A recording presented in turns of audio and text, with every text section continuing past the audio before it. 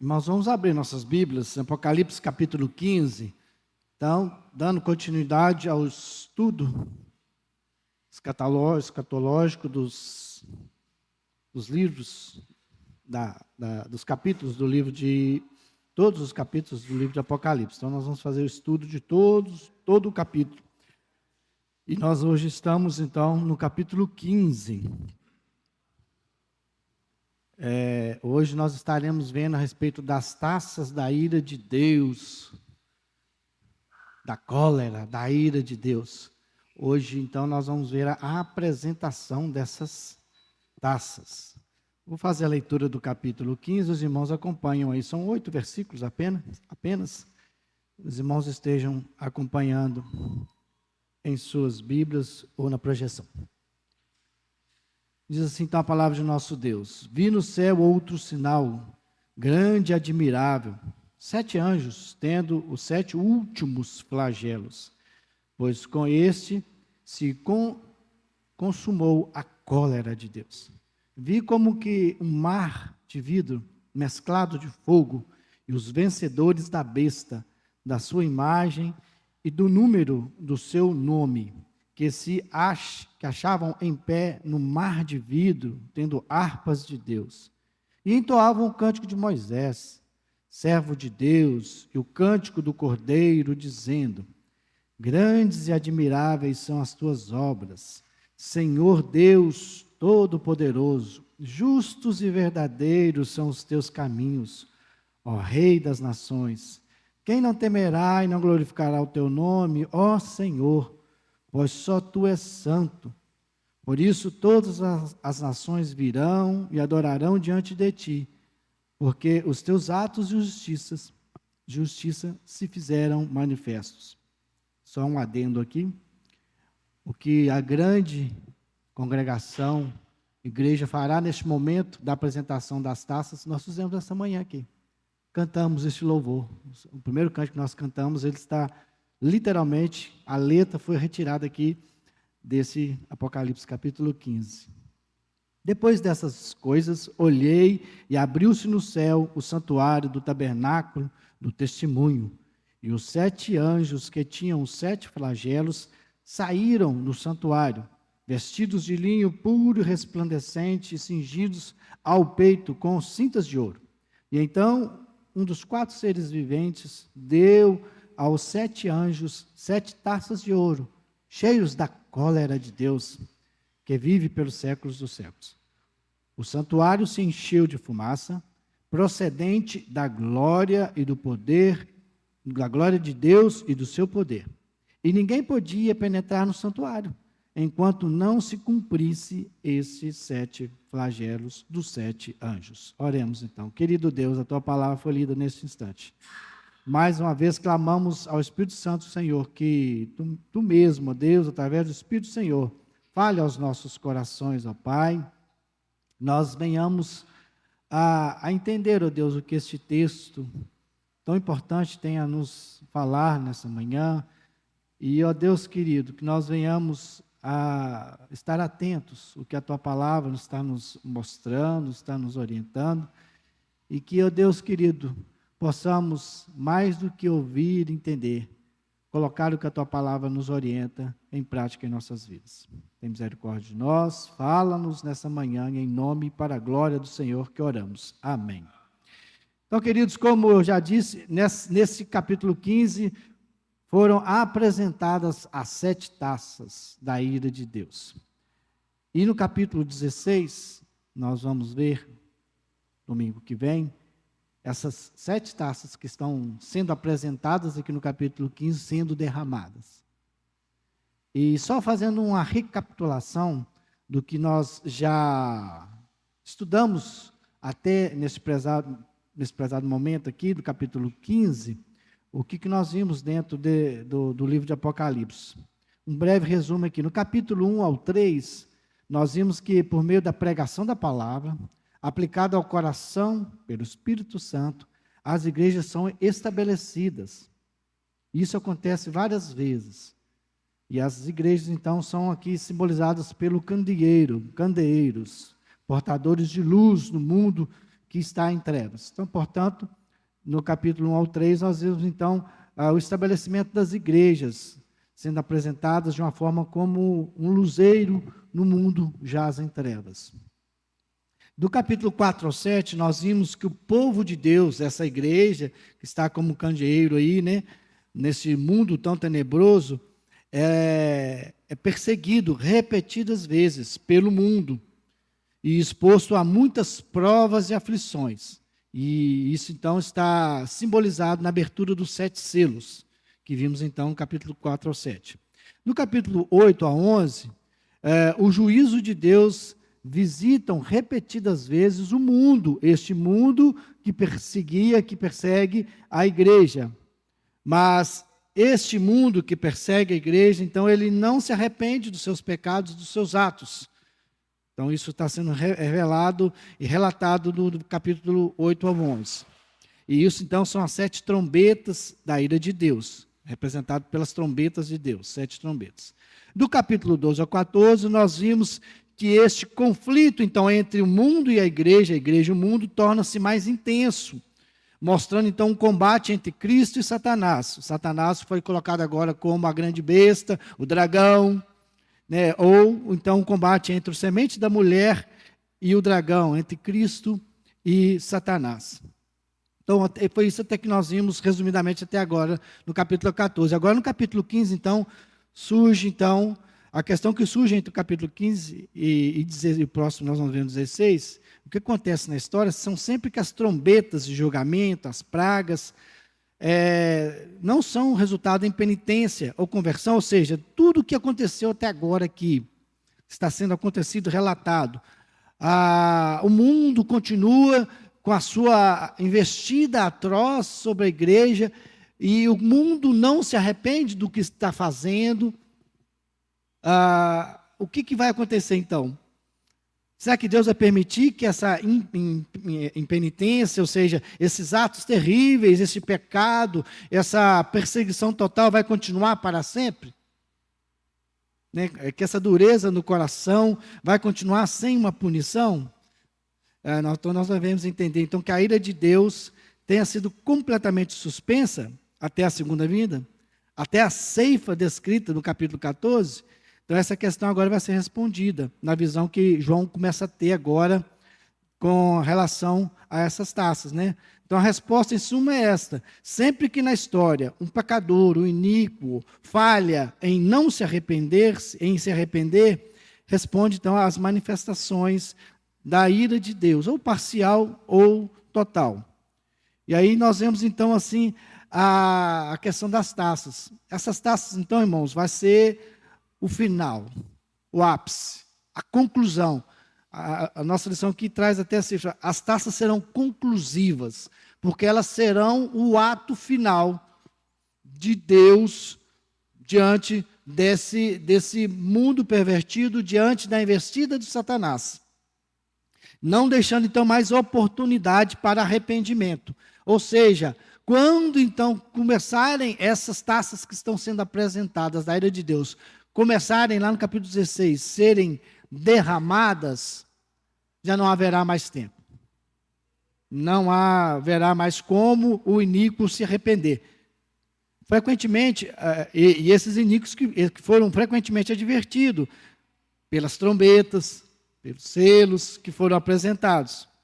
E continuam então com o seu coração endurecido pelo pecado, achando que a forma correta deles, igual nós vemos assim, o grande inimigo das nossas almas, o Satanás, e na pessoa, no simbolismo do dragão sendo adorado, né? E aí eles achando então que estão no caminho certo, nessa conduta pecaminosa, adorando a grande besta, o grande dragão, e continuam então com esse agir. Aí então vai chegar então esse momento em que Deus dará esse ponto final a essa iniquidade tamanha. Nós vamos ver aqui então uma conexão entre essas taças e o último simbolismo que nós colocamos aqui, as 7 trombetas.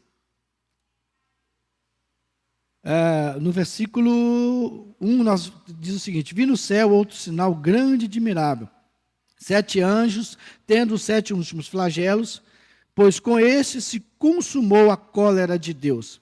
Então, João vê um sinal no céu, um grande e maravilhoso sinal. Viu então o sinal da mulher radiante do seu filho, também viu o sinal do grande dragão vermelho, que se opõe ao filho da semente da mulher, que é Cristo.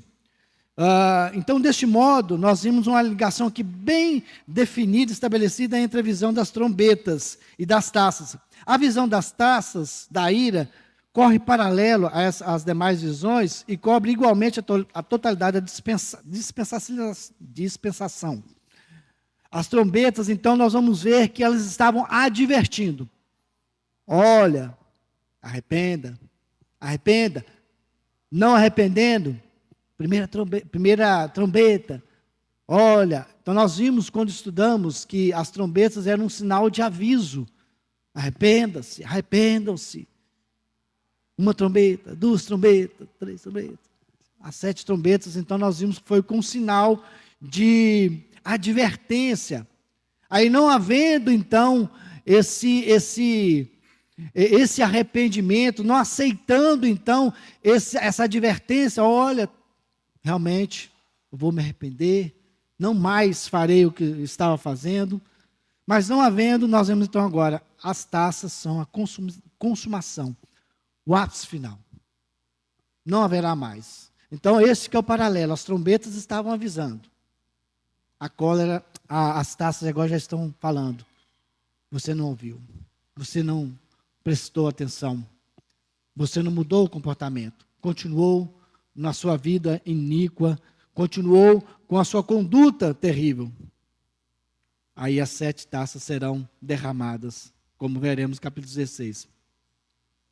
E esses impenitentes são aqueles que receberam a marca da besta.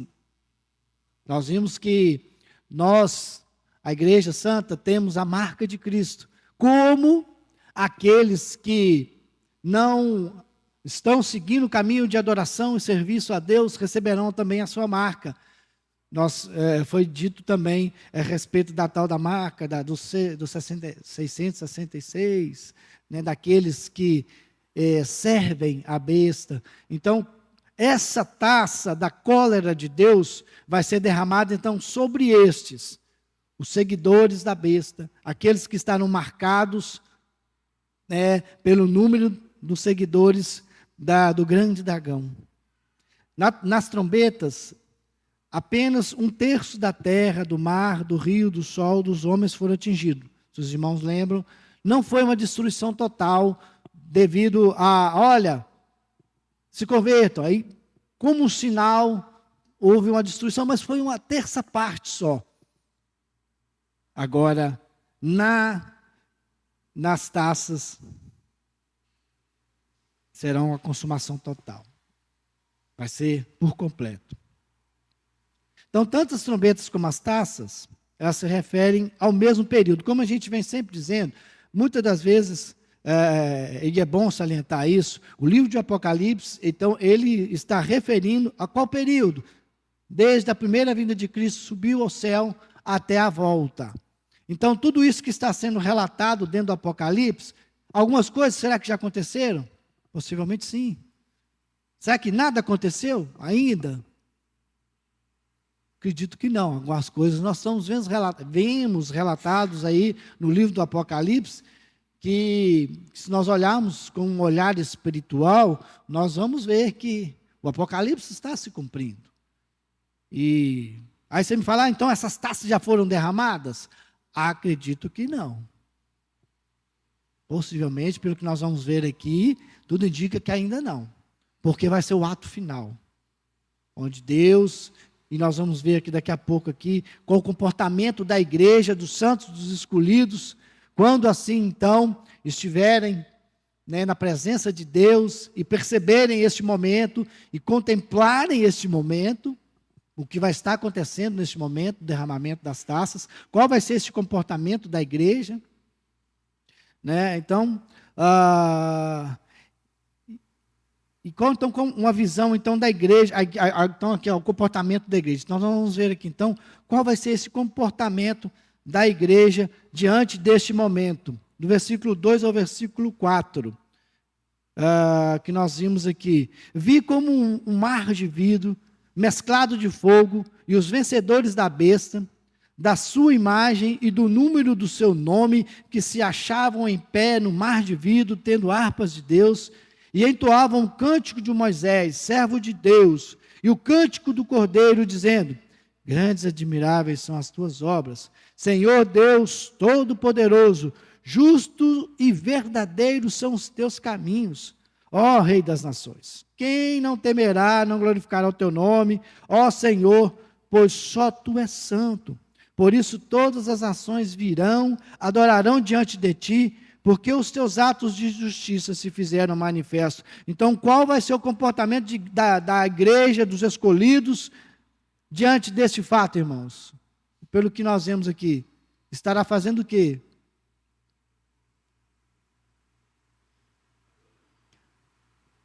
Adorando, louvando, glorificando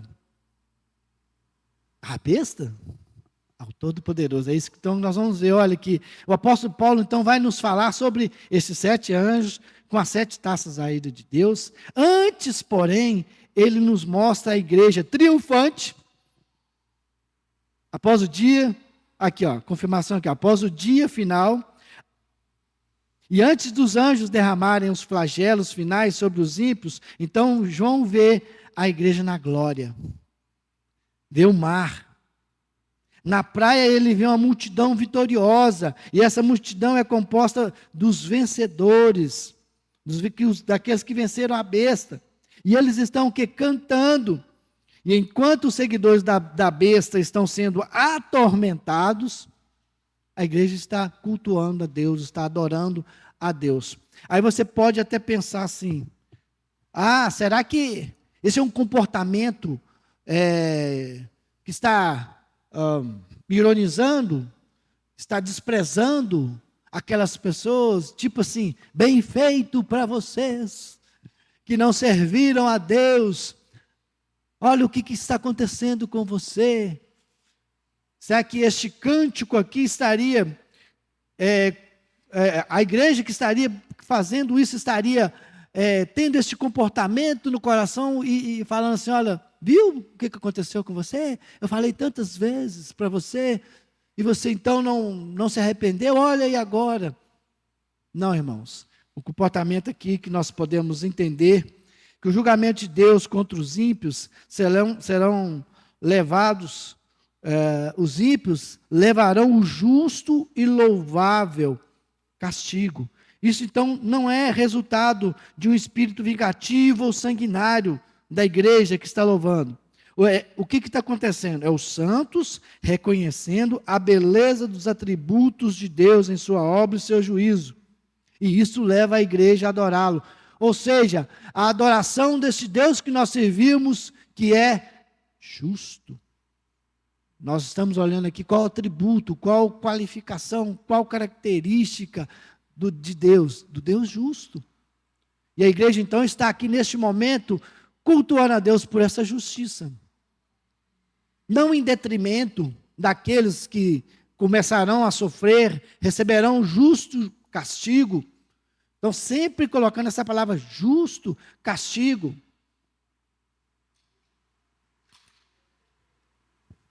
Mas se entendermos que este momento é um momento em que a igreja então vai se prostrar diante desse Deus justo e vai adorá-lo, e vai reconhecer quem Ele é, que como nós vamos ver no cântico aqui, quais as características desse cântico, o que está sendo cantado nesse cântico, e o que nós vamos entender aqui, onde que a igreja está? Nós vemos um simbolismo aqui do mar de vidro. O mar de vidro então já vai nos remeter à presença de Deus, o trono de Deus. A igreja então está onde? Na glória, na presença de Deus.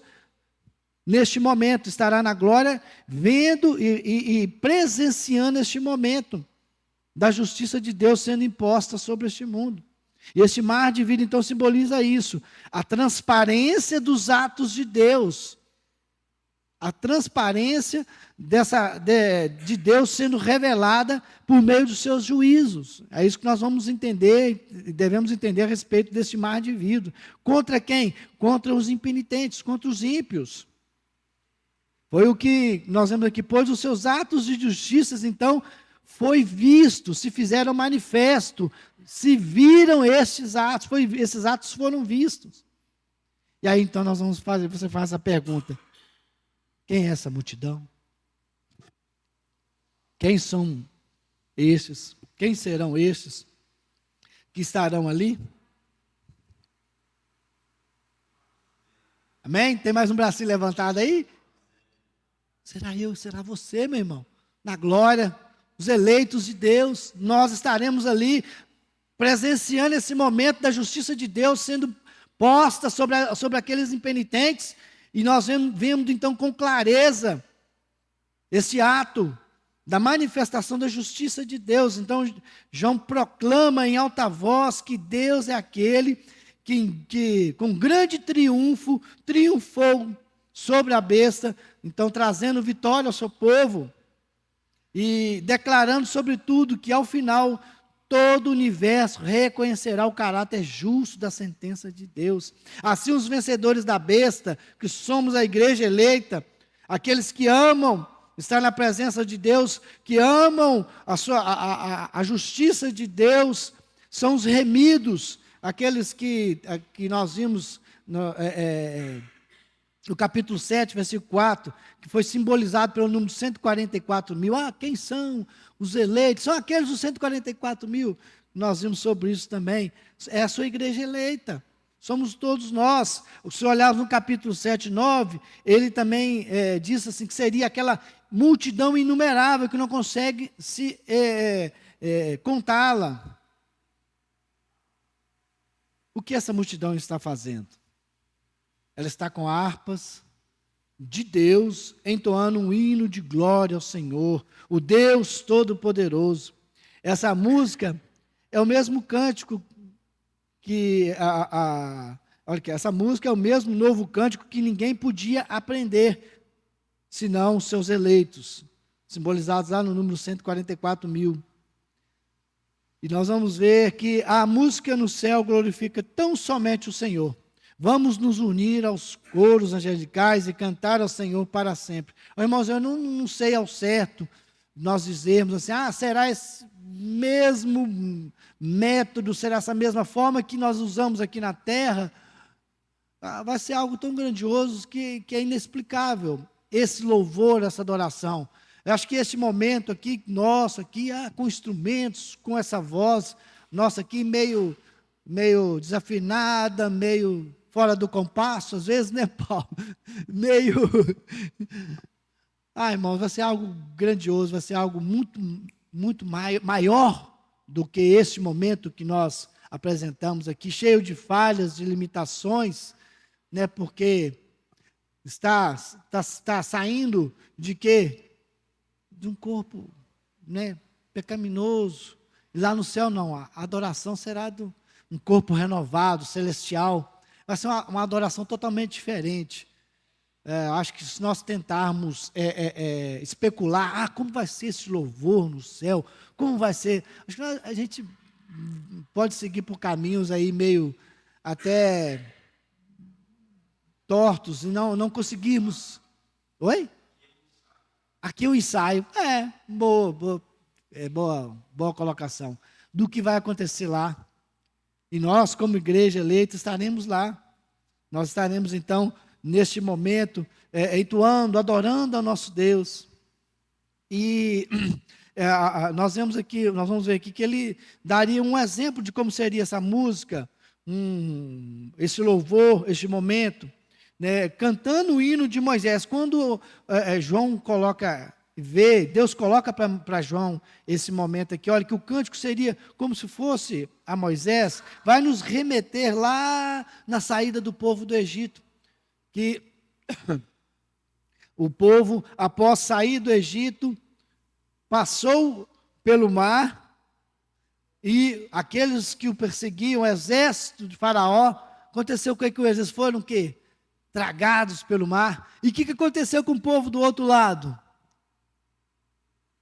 Depois que passou e o exército ficou todo dentro do mar, o que começaram a fazer? O que Miriam fez?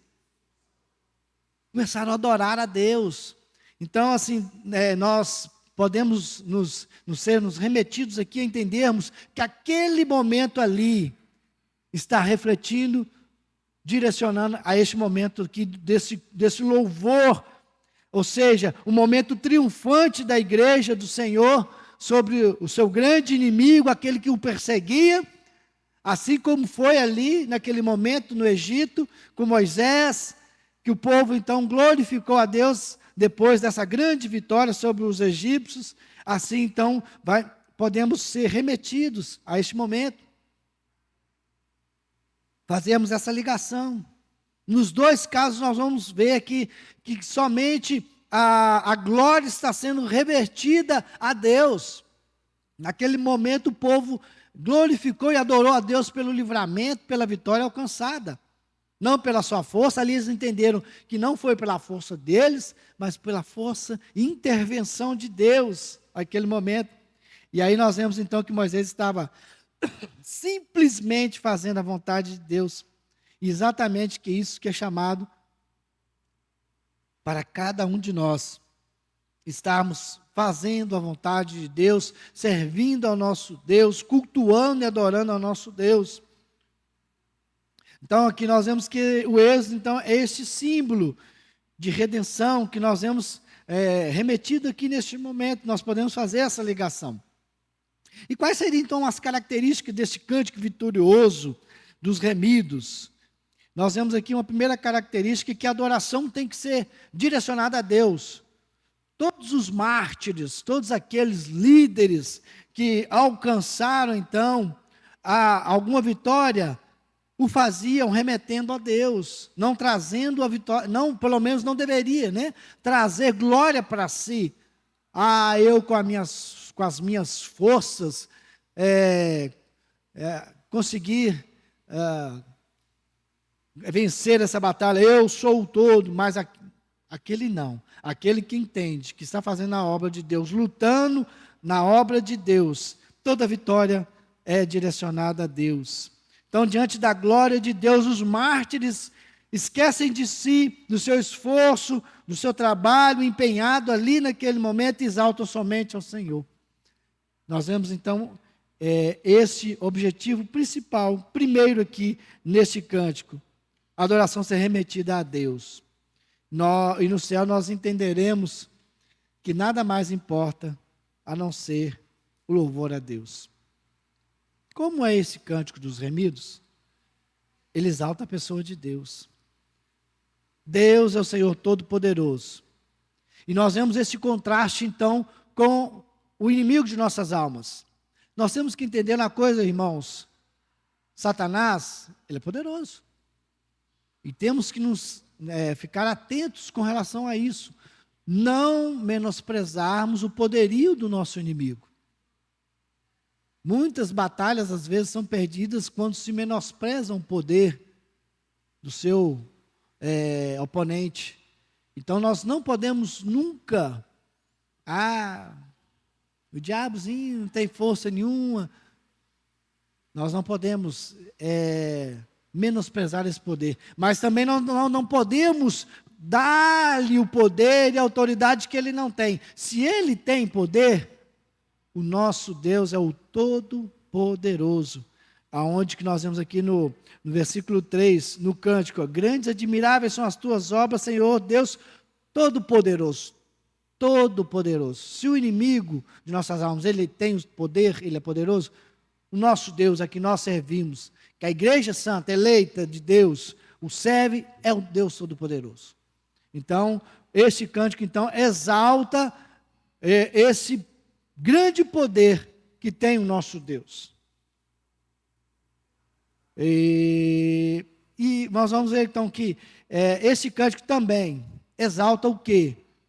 As obras de Deus, os feitos de Deus. Quando nós olhamos aqui, olha, grandes são as tuas obras, além de exaltar, uma característica de exaltar o poderio de Deus ele exalta então agora as obras de Deus. Esse cântico que a igreja estará ali diante de Deus, no céu, estará então exaltando os grandes feitos de Deus, as grandes obras que Deus fez. O universo está nas mãos do Senhor, Ele é quem redime o seu povo, quem castiga os ímpios. Deus, Ele é inescapável, não vai escapar deste momento, como eu já disse antes, que quando Ele age, ninguém pode pedir a sua mão. Os seus atos de justiça, então, que se fizeram manifestos. Então, nós vemos, então, neste cântico, uma característica da exaltação das obras, dos fatos que Deus fez, está fazendo e fará durante toda a humanidade em favor da sua igreja. E o que esse cântico também exalta? Os caminhos de Deus. Justos e verdadeiros são os teus caminhos. Então, além de exaltar o poderio, os feitos, as obras de Deus, esse cântico então exalta os caminhos de Deus. Os caminhos de Deus, eles são justos e verdadeiros. Ele nunca pode ser acusado de injustiça, nem de métodos ilegítimos. É aquilo que nós vemos assim, olha, ninguém vai poder, diante de Deus, falar, olha, o Senhor foi injusto comigo. O Senhor está me mandando para o inferno, permitindo que eu vá para o inferno, o Senhor é injusto. Então, os atos e os caminhos de Deus, eles são todos justos. Por isso, nós não podemos atribuir a Deus injustiça, porque nós estamos observando que tudo isso aqui vai culminar na justiça de Deus. Então, esse cântico então exalta também esses caminhos maravilhosos pelos quais Deus vai conduzindo a igreja para então estarmos juntos na presença de Deus no momento do juízo final. Porque os ímpios poderiam falar, o Senhor não me avisou. As trombetas estavam aí para isso. As trombetas foram colocadas para que não houvesse essa justificativa. Ninguém se justificasse que não foi avisado do que iria acontecer. Por isso, os caminhos de Deus são justos. E esse cântico também exalta o triunfo final de Deus. Todas as nações virão e adorarão diante dele. Então, isso está em contraste com a adoração universal da besta. Então, o mundo estará adorando a besta, mas essa adoração não vai ser eternamente, vai ter um ponto final nela. Esse poderio do príncipe deste mundo vai ter um ponto final.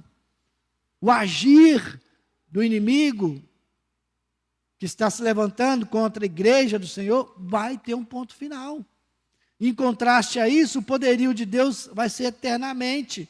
O triunfo, a glória de Deus será eternamente. Ele será exaltado eternamente. Então, essas aqui foram as características do cântico que a igreja estará fazendo diante do trono de Deus, da presença de Deus, diante deste momento tão grandioso. Do versículo 5 ao versículo 8, nós vamos ver agora então os anjos. Agora João então começa a ver os anjos recebendo então essas taças da ira de Deus. Diz assim então, os versículos 5 a 8. Depois dessas coisas, olhei e abriu-se no céu o santuário do tabernáculo do testemunho. E os 7 anjos que tinham os 7 flagelos saíram do santuário. Todo formal aqui, olha, vestidos de linho puro e resplandecente, cingidos ao peito com cintas de ouro. E então, um dos 4 seres viventes deu as 7 taças deu aos 7 anjos 7 taças de ouro, cheias da cólera de Deus, que vive pelos séculos dos séculos. O santuário se encheu de fumaça procedente da glória de Deus e do seu poder, e ninguém poderia penetrar enquanto não se cumprisse, então, os 7 flagelos dos 7 anjos. O que João então vê? o santuário do tabernáculo do testemunho, então é aberto. Esse santuário que contém, então, qual que é? Onde que está ali no santuário? A arca da aliança, ou seja, que simbolizava a presença de Deus juntamente com o povo, a sua arca. E essa arca que contém o testemunho, e ele então aberto para que entendamos o que iria acontecer, o que ia ser revelado ali naquele momento, que a ira de Deus então seria manifesta naquele momento. Então os 7 anjos do flagelo saem do santuário de Deus. O santuário, de onde que eles vieram? Simplesmente da presença de Deus. O santuário então era o lugar da habitação de Deus com o povo. No lugar santíssimo ficava a arca com as tábuas da lei, quando nós lembramos lá do tabernáculo. Isso significava que os anjos então saem do lugar onde ficava a lei de Deus se cumprindo. Saem para demonstrar como vai funcionar a lei de Deus. Saem para demonstrar, mediante a vingança divina, que nenhum homem ou nação poderá desafiar Deus e vai ficar impunemente. Então, este momento cerimonial, interessante, em que a igreja estará ali, vai começar a ver este momento em que os anjos então começarão a receber essas alianças. Esses anjos vêm da presença de Deus e servem a Deus quando derramarão os juízos. A igreja jamais deve duvidar disso, que de onde que vai surgir, de onde que vai iniciar esse processo, simplesmente é da presença de Deus. E nós vamos ver aqui uma coisa interessante aqui que nos leva a entender a respeito desse momento, dessa cerimônia, que nós podemos tirar um aprendizado das vestes destes anjos. Nós vamos ver aqui que as vestiduras dos anjos vai nos remeter ao sacerdote. Quem era o sacerdote? O sacerdote então era uma espécie de intermediário entre Deus e os homens. Então eles representavam Deus diante dos homens. Então esses anjos, então, eles vêm ao mundo como representante de Deus aos homens. Só que no momento da apresentação dessa ira, da apresentação deste momento tão grandioso, e essas vestes cerimoniais, ele vai nos remeter a isso, que nos dá a entender que esses anjos... Obrigado, Luciano. Hoje a água está indo mais aqui. Estou meio animado, parece que eu estou falando mais alto, né? Estou exigindo mais da garganta. Onde então nós vemos que esse momento, esse simbolismo vai nos remeter a isso, que esses anjos sairão então da presença de Deus ali, vai ser o representante entre Deus e os homens. Também essas vestes vai nos remeter aos reis. Esses anjos vêm à terra para derramar os flagelos ali, a ira de Deus, com poder vindo dos altos céus do Rei dos Reis. Então esse cerimonial, este momento tão grandioso, célebre, maravilhoso, reverente, toda a igreja estará presenciando isso, aqueles anjos com aquelas roupas maravilhosas, além desse representante de Deus entre os homens, como poderemos remeter ao sacerdote, também a esse Rei dos Reis. E essas vestes também vai nos mostrar, nos direcionar aos habitantes dos céus. Os anjos são habitantes dos céus, que vêm à terra para executar os decretos de Deus. Dá-nos entender também que nós vamos ter uns trajes legais lá no céu. Não vai ser uma camisazinha de malha, um jeansinho, um tênis, não. Vai ser algo grandioso, irmãos. Algo maravilhoso. Algo estrondoso. Que a palavra de Deus fala, né, que nem olhos viram, nem ouvidos ouviram, o que Deus tem preparado para aqueles que o amam, para você e para mim. Isso também vai nos remeter a algo grandioso, cerimonioso, mais uma vez dizendo, mas algo que nós não conseguiremos dizer como seria. Os cálices de ouro que os anjos trazem estão cheios da ira de Deus. Olha o versículo 7. Essas 7 taças da ira de Deus estão cheias e atingem o mundo inteiro. A terra, o mar, os rios, os astros, os homens, o ar. Ninguém poderá se esconder-se de Deus, do Deus irado. E esse dia será dia de trevas e não de luz. Os homens desmaiarão de terror. A justiça de Deus é vingar as injustiças dos homens, e ninguém pode deter esse juízo, nem desviá-lo.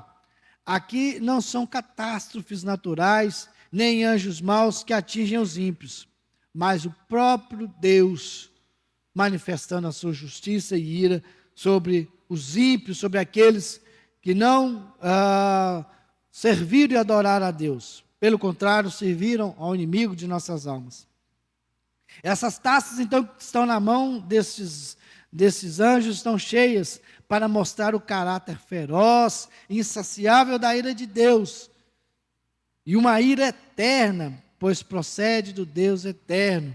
Os anjos do juízo saem do santuário cheio de fumaça, inacessível da glória de Deus. O santuário, então, encheu-se de fumaça. Nós vemos aqui, quando nós olhamos esse simbolismo da fumaça, é da glória de Deus enchendo o lugar. É da glória. Quando a palavra de Deus coloca esse simbolismo de fumaça, dá-nos a entender e leva-nos a esse momento assim, em que Deus está se manifestando naquele lugar.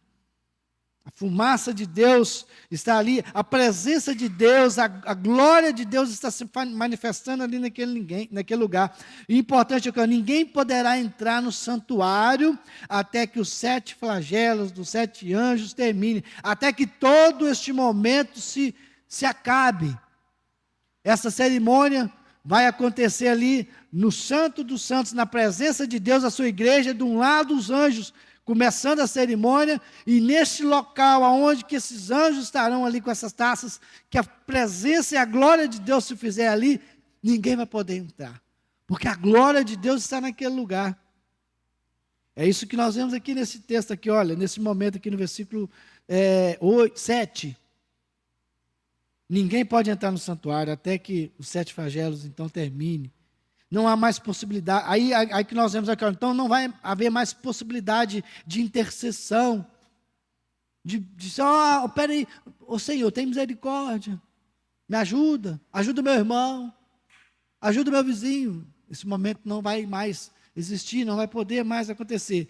Porque Deus, em sua ira, bloqueou as suas ternas misericórdias. Esse nosso Deus, que é o Deus de amor, de misericórdia, que nós pregamos, sim, olha, aceite a Deus, que a misericórdia dele vai o atingir. Hoje é o momento para que isso aconteça.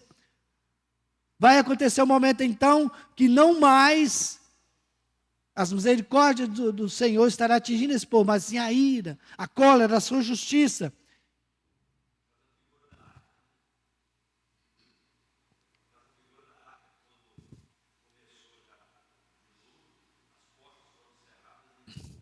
Ninguém podia mais. Não deram ouvidos, né, a Noé. Olha, vai acontecer. Você é um doido, você é louco. Você é louco, você é doido. Nesse deserto aqui, você construindo isso. Não puderam dizer que não foram avisados, assim como as trombetas. Ou sendo avisado. Então, quando o tabernáculo ficou pronto, aí nós vemos um simbolismo aqui, remetendo a alguns momentos em que isso aconteceu. Olha, quando o tabernáculo ficou pronto no deserto, a glória de Deus encheu o tabernáculo. E Moisés, então, não pôde entrar naquele momento. Quando o templo de Salomão foi consagrado, terminou. A glória de Deus encheu e os sacerdotes não puderam entrar naquele momento. Quando Isaías viu a Deus no santuário, a glória de Deus encheu, e o que aconteceu? As bases do limiar começaram a se mover, da glória de Deus foi tamanho naquele lugar que começou a tremer. O pessoal, é Deus mesmo, coisa maravilhosa, nosso Deus está aqui nesse lugar. Quando Ezequiel viu a glória de Deus encher o templo, ele caiu com o rosto em terra. O santuário então cheio de fumaça, remete então à presença e glória maravilhosa de Deus. E quando nós vemos isso, então surgem duas ideias. Primeiro, os propósitos de Deus serão obscuros para os homens, os ímpios. Eles não vão entender o que estará acontecendo. E nem muito menos participar e penetrar neste lugar, que será um local reservado para a sua igreja. E segundo, a glória de Deus tornará-se inacessível, que nós estamos falando frequentemente. A glória de Deus está inacessível para o ímpio. Neste momento, o ímpio mais não terá como se aproximar de Deus. Então, esse mesmo tempo que era um lugar de encontro, de culto, de adoração, as portas abertas, havia o convite: venham a mim todos que estão cansados, sobrecarregados, eu vos aliviarei, tomai sobre mim meu jugo, porque o meu jugo é suave, meu fardo é leve. Esse convite já não vai mais existir, porque agora Deus não vai estar mais acessível. O mesmo tempo que é lugar de um encontro com Deus, agora está fechado. A fumaça, a presença e a glória de Deus naquele lugar não vai permitir mais que o homem entre naquele lugar. Agora não tem mais tempo, não há mais intercessão. Chegou a hora final, a consumação da cólera de Deus. É o dia do juízo. Quando a ira então se mistura, será derramada sobre os ímpios. Qualquer oposição à sua glória será destroçada. Irmãos, o momento é agora. Então, se nós temos que, como igreja, eu e você eleitos, buscar aqueles que ainda estão lá, pregar, é hoje. Nós vemos aqui então nesse capítulo 15, que vai nos alertar como igrejas também, que nós devemos pregar a palavra de Deus, é hoje, é agora. O momento oportuno é agora. Haverá um momento, como nós estamos vendo aqui, que não mais terá condição de isso acontecer. Isso não mais acontecerá. Então nós devemos voltar para Deus agora, enquanto é tempo, enquanto Ele está perto. Chegará o dia em que será tarde demais. Enquanto os ímpios estão maduros para o juízo, ou seja, estão prontos para o juízo de Deus, o mundo de Deus, a palavra de Deus, o povo de Deus, estão cheios então de canções de adoração ao Senhor. A criação foi celebrada com música, o nascimento de Jesus foi celebrado com música. A volta de Jesus também será celebrada com a grande música, com um grande coral. Este momento triunfante da sua igreja, minha vitória, sua vitória, outorgada por Cristo lá na cruz, já será nesse momento. Nós, como igreja do Senhor. Então, este capítulo 15, fazendo a apresentação disso aqui, o que vai acontecer? A ira de Deus vai ser derramada. Dessa forma, como que a igreja estará comportando neste momento? Foi isso que nós vemos hoje. Cultuando, adorando. Adorando a quem? Ao nosso Deus Todo-Poderoso. De que forma? Exaltando a soberania de Deus, exaltando os caminhos de Deus, exaltando os atributos de Deus, as obras de Deus, nesse momento. Portanto, irmãos, que Deus tenha misericórdia da sua igreja, de mim e de você, para que quando esse dia vier e acontecer realmente, nós estejamos juntos nesse grande coral, cantando esse aqui: grandes são as tuas obras, Senhor. Senhor, todo poder, o que nós fizemos agora de manhã, nós estaremos ali, na presença de Deus, aquela grande fumaça acontecendo lá e nós lá de cá, com vestes celestiais, presenciando este momento. A minha oração, irmãos, que realmente nós tenhamos essa certeza no coração, eu e você, que este momento vai ser de alegria, de júbilo, e não de dor. Essas taças sendo derramadas aí, sobre mim, sobre você, isso não irá acontecer. Amém, irmãos? Que Deus abençoe-nos, que realmente venhamos a entender quão poderoso e tão grandioso nosso Deus é. E qual a importância de nós, como igreja de Deus, a estarmos atentos nesse dia, momento, a hora, agora. Amém? Algum irmão quer compartilhar alguma coisa mais para enriquecer nosso estudo nessa manhã?